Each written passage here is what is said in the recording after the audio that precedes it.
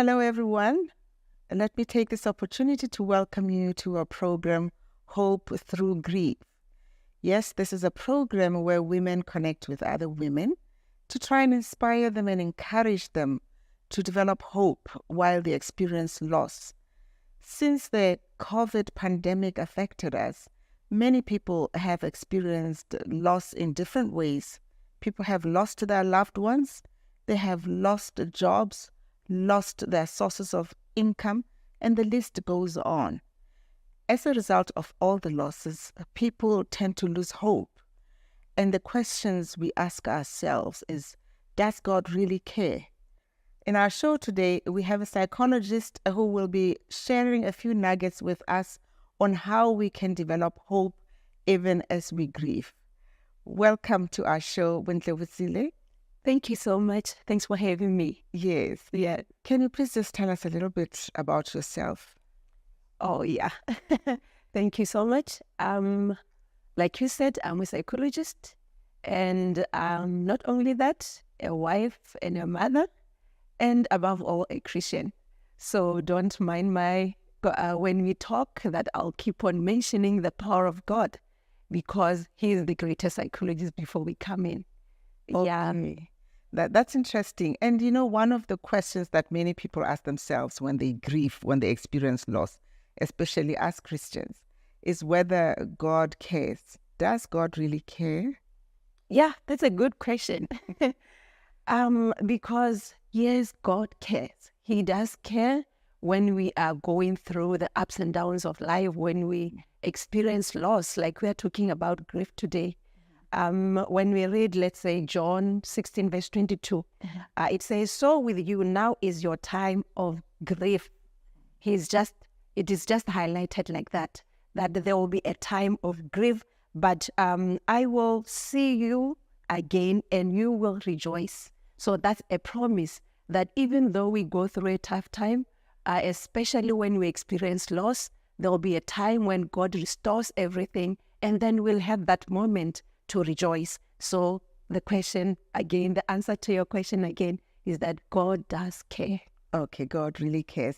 And the other thing that people are encouraged to do, you find psychologists and, even counselors encouraging people to exercise and sweat it out.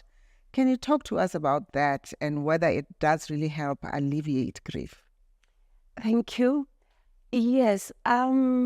You see, with grief, there will be those moments where you experience emotional situations or have a negative emotional experiences. And then, of course, there will be those physical symptoms that come with grief. So when you do engage in exercise, yes, it does help. Let me mention maybe a few things to say some of the normal emotional signs or symptoms that come with grief. It's maybe where you feel you have lost interest in the things that you used to love.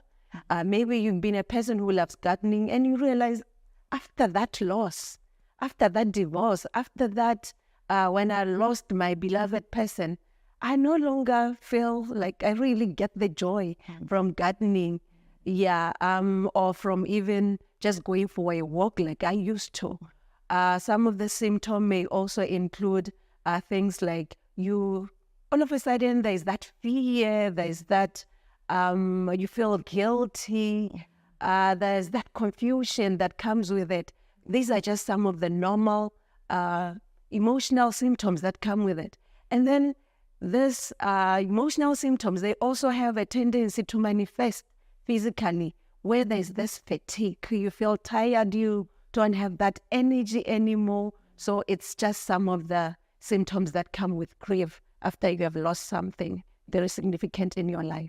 Yes. And then how do we encourage somebody going through that, especially when maybe you're the caregiver and you probably don't really know that this person used to like certain activities or hobbies and all of that. What sort of discussions or conversations should we have with them to establish, that there might be changes that they're going through?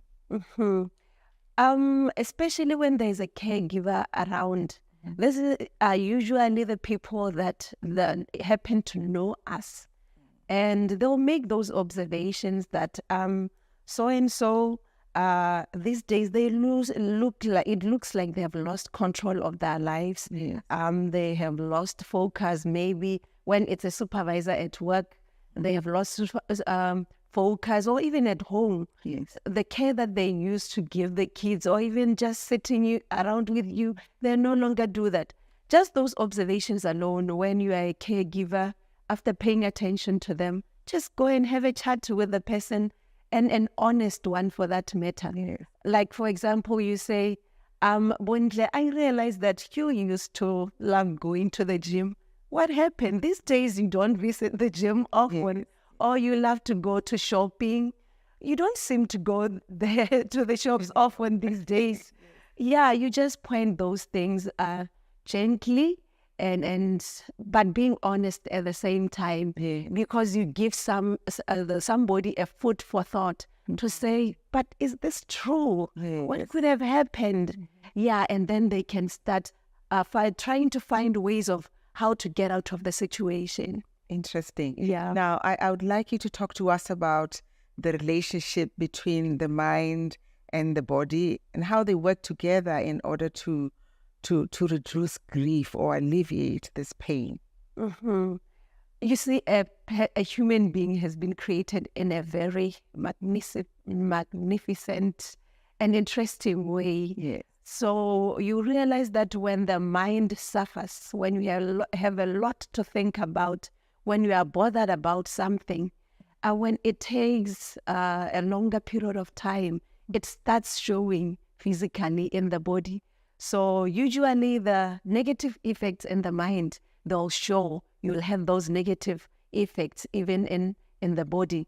So the mind and the body work together. I'll still go back to the Bible and say it is even there in the Bible to say, and also where we are encouraged to also exercise. But when you look at Psalm 73 verse 26, where it says, my flesh and my heart may fail.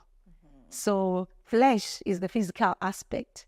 And then when you look at the heart, usually in the Bible, it refers to the mind, the emotional aspect. So here it's saying that they may fail, but God is will also always strengthen the heart, the mind. Yeah, you see that connection of the heart and the mind there. So again, in the Bible, we realize that still when you talk about physical exercise, we are encouraged to do it. Like when you look at 1 Timothy 4 verse 8, physical exercise is good. Or in other versions, it says it is of some value. But training for godliness is much better, promising benefits in the life and in life to come. Yes. So you engage in physical exercise. It shows that it helps you even clear your mind, and then you can think straight and even serve the master. Yes, that's very interesting, especially that, we believe in God and he does talk to us about the importance of exercising and sweating it all out. But you've also got scientists who would like you to explain to them, what actually happens when somebody exercises so that they can actually also buy into this option. Yes, they also have something to say. The studies show that when you exercise, it doesn't have to be something strenuous. When you just engage in physical activity, what happens is that there are some hormones and neurochemicals that are secreted by the body. Some of the hormones that include the endorphins. And then these hormones, when we also call them the feel-good hormones, because they help the person they help boost the mood actually. Yes, and then there are also the hormone that is called cortisol and adrenaline. So these ones, when you exercise, they get reduced from your body. And then because you, especially, I'm sure many people are familiar with what adrenaline does. When you are maybe you are in a situation that where you feel afraid or something, it is released into the body in high amounts. But then when it's reduced during physical exercise, it means that you will feel much better, more calm. So that's how a physical exercise is explained by the scientists in terms of helping with grief. Yes. And now that we understand and know the importance of sweating it out while you're going through grief, can you talk to us about the different types of exercises that people can actually engage in, considering that there are many people who probably have not been actively exercising? Some are elderly people and they really don't know where to start. Can you just get them started?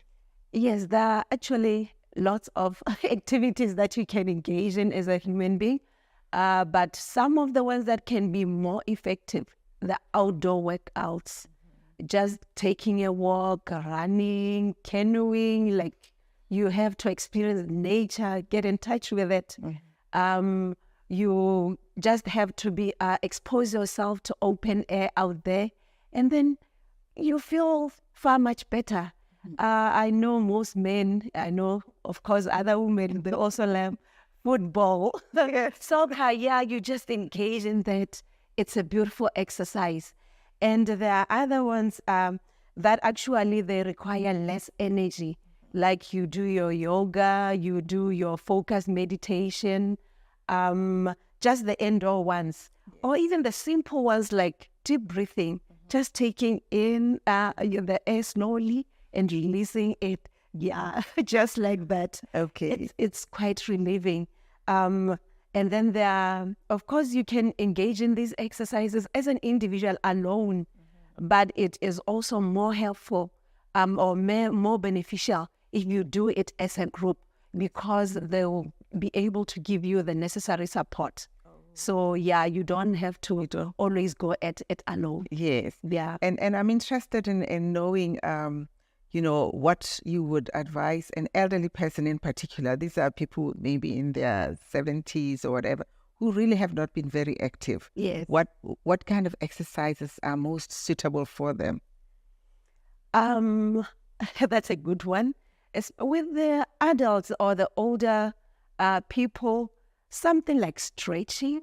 Just when after waking up in the morning, you get outside of the house, do the stretches, lift your arms, and just flick your legs. It's very helpful. It doesn't have to be something that requires a lot of energy. Or let's say maybe in our context, in our country, just move around, do the sweeping. Yeah, something very light.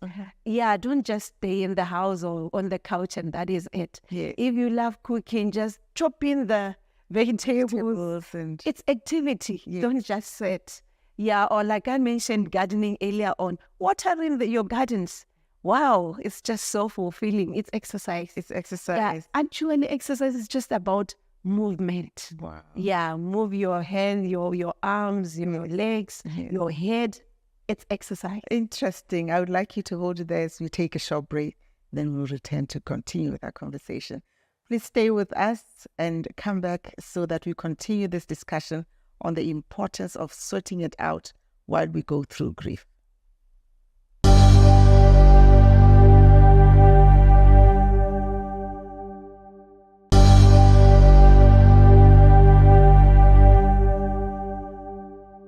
Welcome back, and thank you for staying with us. Before we went for a short break, you had just been talking to us about the importance of sweating and the different types of exercise that we can engage in. Can you now give us a few nuggets from the Bible about how we need to develop hope as we go through this journey? Yes. In the Bible, there is in 2 Kings 4 verse 8 to 37, we learn about the Shunammite woman. She had received Elisha, God's prophet, into her house, and then she was promised she'll conceive and bear a son, and that actually happened. But then you realize that after some time, the boy he died. So the loss of that nature. I mean, you didn't have a child, and that it happens that you lose the one and only child of promise, for that matter. And with this lady, she didn't just sit after losing her boy. So at that point in time, after the boy died on her lap, she decided, I'm going to take this boy, lay him up there on the prophet's bed, and then shut the door. The interesting thing that she did is that she didn't just sit and mourn the loss of her child. She got into action. Asked the servants, bring that donkey. Imagine someone who is in a loss of that matter and riding on a donkey. And she said, quiet this donkey. When you read those words, she wanted to run as fast, them to ride on the donkey as fast as she could, so that she reaches the prophet of God. And then the boy, of course, at the end of everything, was restored back to life. So you realize that here, you don't just sit because you are grieving. You've lost something very significant in your life. Get into action, and God will always work those miracles. Wow. Yeah. Can you talk to us about the 4 lepers at the gate of Samaria? Another interesting thing, you see, with the Shunammite woman, she had lost a beloved person. But with the 4 lepers, they had lost the good health. Remember, grief is not only about losing loved ones, it's also losing significant. So they had lost good health, and they were just staying outside the city there. And when they were there was hunger in the city. They were also helpless out there, but they knew that the Syrians were out there also, ready to attack the city. They decided, we are not just going to sit in our situation. Just move, do something about it. So they decided, because we cannot go back to the city, let's just go and try the soldiers. Maybe they will spare us. And because they did something, they were indeed spared. And that's where they found even the things that they didn't expect, food, everything. So again, it's a matter of getting into action. When we talk about exercise, stand up, do something. Wow, that's quite interesting. Yes. I want you to tell us something about, faith and also believing in Jesus. Just share with us another example from the Bible that you believe can actually help us appreciate that indeed with Christ, anything is possible. Yes, I love the fact that you mentioned faith, believing. You don't just do these things, say, I'm getting into action, but you get into action knowing that God is the one who is enabling you. He always says his grace is sufficient. So when you look at maybe the death of Lazarus of Bethany in John 11, you realize that the sisters, Martha and Mary, when they realized that it took 4 days and Jesus, their friend, was no more, he wasn't coming, they almost lost hope, I'll say. Remember when Jesus finally arrived, and then Mary was like, if you had been here, but still you see that she had hope that Jesus could do something. It's only that she had expected Jesus to do it in a certain way, but Jesus still did it because they trusted, they believed that Jesus will still do something about that situation. And of course he raised Lazarus. That is the most important thing. Remember, they had done something earlier on to say, send the word to Jesus to come. So they didn't just sit and mourn the loss of their brother, but called God to come through for them. Amen. That's quite encouraging and interesting that there's so much that the Bible has to say to us about, hope even as we grieve. But I want you to now tell us about the benefits of sweating it out, exercising, what we stand to gain by doing that. Yes.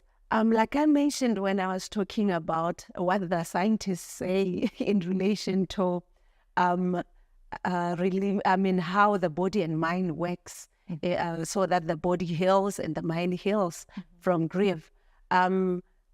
For one of the benefits is that it alleviates, exercise on its own alleviates the negative feelings. Yes. And when you exercise again, you realize that, like I said, those feeling good hormones that are released in larger quantities, meaning it helps boost your mood. You also realize that when you are exercising, there'll always be those targets that I want to start from here and do and end here.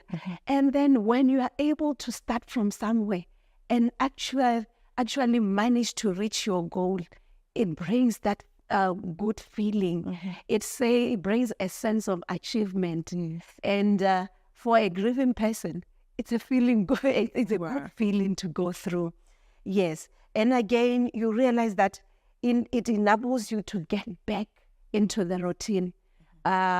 Usually, let's say maybe in cases of the loss of a person, until all the funeral and burial activities are done, that's when you get to rest. For some people, they become like so overwhelmed that they just sit. But then when you start exercising, that's when you get back to your daily life routine. So that is one of the the benefits. And again, as you exercise, remember, especially like I said, it's more beneficial when you do the outdoors. That's when the body sends the oxygen and all the nutrients in your body. And then it helps with the cardiovascular system to work more efficiently. Yeah, you don't want to experience other health complications because you do not engage in physical activity. I think that's an important one because, we might just be listening and thinking that this whole process is an easy one where you just go in and you do whatever you want to do, only to realize that you've created yourself more complications and problems. Yeah. Take us through the process, where to start, One may wonder, where do I start? Yeah. Especially because you wouldn't be feeling like doing it because of grief. Yes. So the ideal thing for a person to do is redefine the word exercise for you. Redefine. When I say redefine, I mean you should start where your body would allow you to start and take it through, engage in the exercise according to how your body will allow you to do it. So don't just start engaging in something that is will require a lot of time and energy and something rigorous. No, just start slowly but surely and listen to your body. That is the most important thing. If it says stop at this moment, just allow yourself to stop. Okay. Yes. And is there anything I should be careful of when I start this whole program, of exercising and becoming fit, I suppose? Yeah. Definitely. You have to be careful to avoid extreme sporting activities because you are still grieving. Remember, your body is under stress already, so you wouldn't want to bombard it with a lot of activity. Just be gentle with it. And again, remember, at this point in time, you are still also struggling with making decisions. Even the small things, you can struggle just deciding on what to do and when to do. Just be gentle with yourself, be patient with yourself when you engage in this exercise. And also remember the way, let's say maybe you are someone who's been engaging in physical activity and you have a standard program. Yes. Yeah, when you are somebody like that, you should remember that you may not necessarily perform the way you used to. So take it one step at a time until you regain that strength and regain that fitness and do it like you used to do it. Okay. So that is one thing that you have to be careful. Okay. Now I would like us to talk about the sort of things that you need to watch out for. The sort of things that you need to watch out for when you exercise to make sure that, you don't injure yourself. You don't experience loss now as a result of not doing things right while you're exercising, to avoid injuries and so on. Yes. I think on that one, remember it's always important that you need to socialize. for other people, at times they just want to stay in solitude. They isolate themselves, hoping that they'll deal with this emotional and physical symptoms or effects alone. But then it's always wise to have someone around who can, when you feel low, they can help you get up. So let's say maybe when you do the exercise in a group setting or group classes, these are the people who can help motivate you. So remember, when you are still grieving, if you are not careful, let's say during the exercises, you can be clumsy. It happens, and that can be a problem. Imagine maybe breaking a leg when you are still grieving. Yes. So it will be a problem. So when you are with other people, they'll be able to hold you up, motivate you. You can do it. Keep going on until you manage. So those are the things that one can watch out for. Now, in the remaining 30 seconds, what would you say are your closing remarks? Yes, what I can say is that exercise shouldn't be only left for the time when you are grieving. So it should actually be a lifestyle. So let us engage in exercise all the time. And again, the studies show that when you exercise as a lifestyle, even when you go through grieving moments, they will always come where you lose something. Yes. You become resilient. So if we really need to benefit from that, we should engage in exercise. Thank you very, very much for sharing with us those important nuggets and even encouraging us with the word of God that, yes, there is hope even while we grieve. Thank you very much. We want to thank you for staying with us and sharing in the understanding and knowledge that even while we experience pain, God is still there for us and that we can sweat it out. Stay blessed until next time.